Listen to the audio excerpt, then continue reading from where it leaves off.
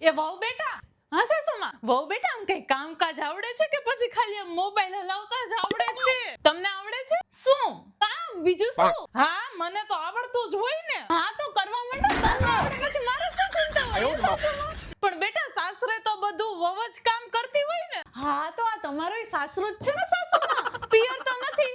તો કરવા માંડો કામ, જાવ જાવ જાવ જાવ. પણ બેટા હું તો 30 વર્ષથી કામ કરું છું. લે તો મારા આવવાથી તમે કઈ તમારી 30 વર્ષની ટેવ થોડી બદલશો સાસુમાં.